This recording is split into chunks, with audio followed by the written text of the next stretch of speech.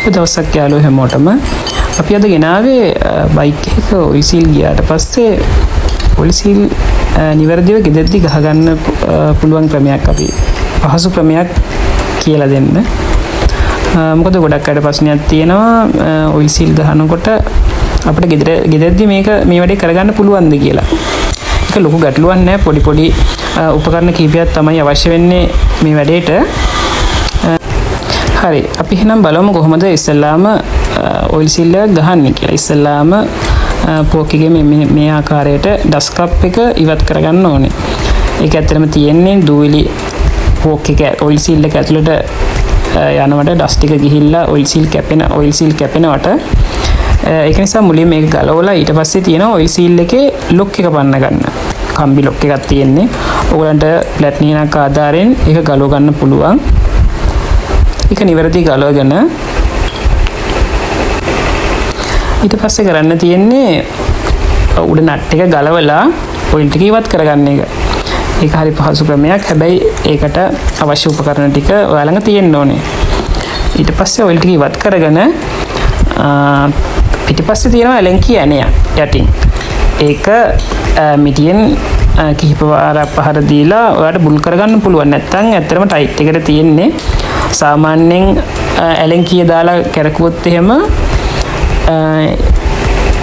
ඒකේ ඇනේ සවුත් වෙන්න පුළුවන්.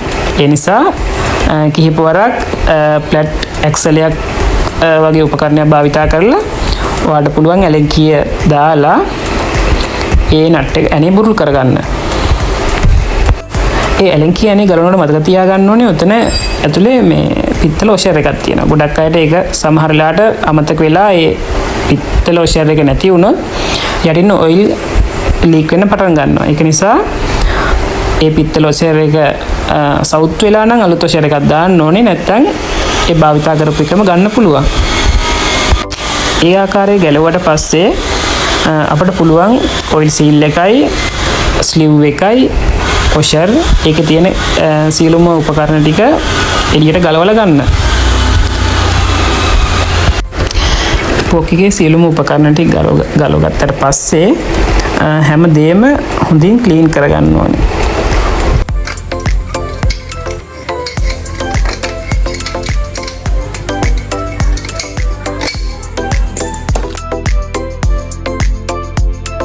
එපිසෙඩ් බයික් එකකට නම් ඔයිල් මිලිලිටර් 450ක් වගේ යන්නේ. වෙනත් බයික් එකක නම් වෙන ප්‍රමාණයක් තමයි යන්නේ.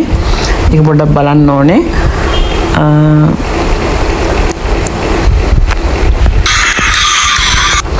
ඔයාලට එපිසෙඩ් බයික් එකේ පෝක් එක ගලව ගන්න මේ වගේ උපකරණයක් අවශ්‍යයි. නැත්නම් ඒ අර කී එක රඳව ගන්න කිසියම් මේ වගේ පැටලෙන ස්වභාවයක් තියෙන උපකරණයක් භාවිතා කරන්න පුළුවන් නම් ඔයගලන්ට මේ ඇනේ හිර කරගන්න පුළුවන්. ඇනේ අර රඳව ගන්න විතරයි අපිට ඒක අවශ්‍ය වෙන්නේ. ගෙදෙද්දී මම හිතනවා කිසියම් උපකරණයක් භාවිතා කරන්න පුළුවන් කියලා. ඊට පස්සේ නිවැරදිව ඒ ස්ලිව් එක පෝක් එකට බස්ස ගන්න ඕනේ. ඒ සියලු දේ අමතක නොකර හරියටම ඒ උපකරණ ඒ පිළිවෙලට දා ගන්න ඕනේ. ඔයගලන්ට ගලවනකොට ඔක පිළිවෙලට තියාගත්තා නම් ඔයාලට පහසුයි හයි කරනකොට ඒ විදිහට මේ හයි කරන යන්න පිළිවෙලට. අපි නම් දැන් මතක හින්දා ඒක ගැටලුවක් නෑ ලොකුවට. එහෙම අමතක වෙන කෙනෙක් නම් ඒක ගලවනකොට ඒ පිළිවෙලට තියාගන්න. මෙන්න මේ උපකරණ තමයි අපි භාවිතා කරන්නේ ඇනේ හිර කරගන්න රඳව ගන්න අවශ්‍ය නිසා. පෝක් එකේ ලෙග් එකේ හොඳින් බලන්න ඕනේ පිත්තල ඔෂර් එක තියෙනවද කියලා. ඒක ගලවද්දි වැටෙන්න ඉඩ තියෙනවා. එහෙම වැටුනොත් එහෙම ලොකු ගැටලුවක් ඇති වෙනවා. මොකද ඔයිල් ලීක් වෙන්න පටන් ගන්නවා. ඒක නිසා ඒක නිවැරදිව බලන්න. ඊට පස්සේ මේ ආකාරයට පිළිවෙලට එකින් එක ඒ දේවල් සවි කරගෙන යන්නයි තියෙන්නේ. ඇත්තටම එහෙම අපහසුයි කියලා දෙයක් නැහැ. ඕනම කෙනෙකුට ගෙදරදී එලෙන්කියක් පොඩි නියනක් පොඩි උපකරණ කීපයක් භාවිතා කරලා මේ වැඩේ කරගන්න පුළුවන්.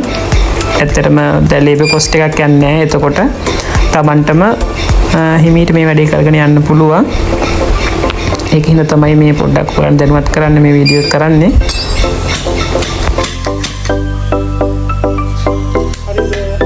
ඇත්තට මේ ඇනේ නම් අතින් හිර කරලා මදි. ඊට පස්සේ දඬු වඬුවක් භාවිතා කරලා මේක හොඳට තද කරලා හිර කරන්න ඕනේ.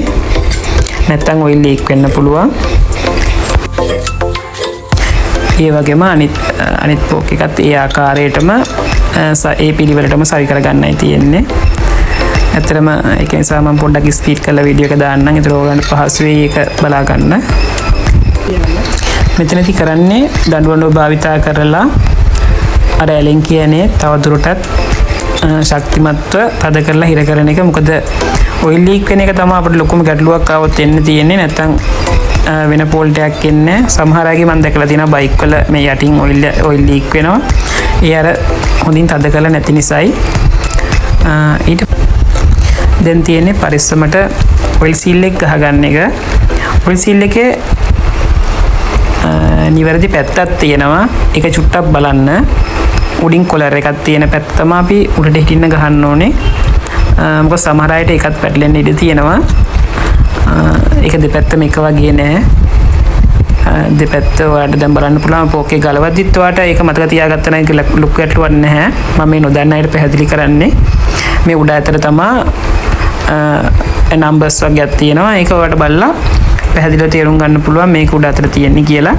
ඊට පස්සේ කරන්න තියෙන්නේ ස්ලිව් එකක් තියෙනවා පෝක් එකට දාන්න. ඒක දාලා ඊට පස්සේ ඔෂර් එකක් තියෙනවා. ඒ ඔෂර් එක දාලා ඔයාට හැකි උපකරණයක් භාවිතා කරලා මෙන්න මෙහෙම තදට කිහිප වරක් ගැහුවට පස්සේ ඒ ස්ලිව් එකයි ඔෂර් එකයි ෆිට වෙනවා ඇතුළට. ඊට පස්සේ තියෙන්නේ අපිට ඔයිල් සීල් එක දාලා ලොක් එක දාන්න විතරයි.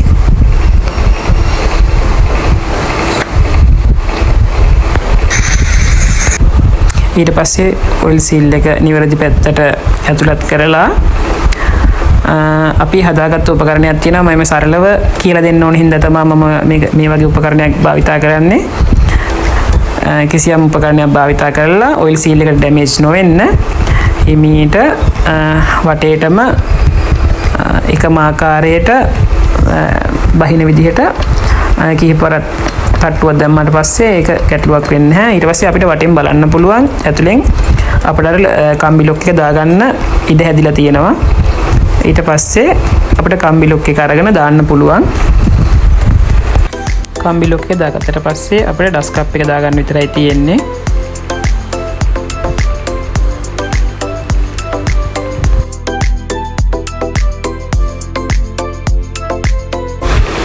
ඊට පස්සේ කරන්න තියෙන ස්පීන් එක. ඊට පස්සේ ඒක උඩින් එන යකඩ පුෂ් එක දාගන්න. ඊට පස්සේ අපි සමානම ඔයිල් 450ක් අරගෙන දෙකටම මැනලා දාගන්නත් පුළුවන්. මේක නම් 450ක් තියෙන හින්දා මම 450 කෙලින්ම දානවා.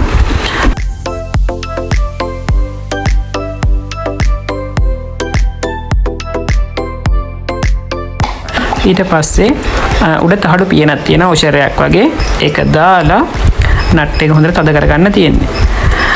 ඒ නට් එක තද කරගෙන කලින් පොඩ්ඩක් බලන්න නට් එක වටේට රබර් රින් එකක් තියෙනවා. ඒ රින් එක ඩැමේජ් වෙලාද කියලා බලන්න. නැත්නම් උඩින් ඔයිල් වැක්කිරෙන්න පටන් ගත්තොත් ඒ රින් එකේ දුර්වලතාවයන් නිසා තමයි එහෙම යන්නේ.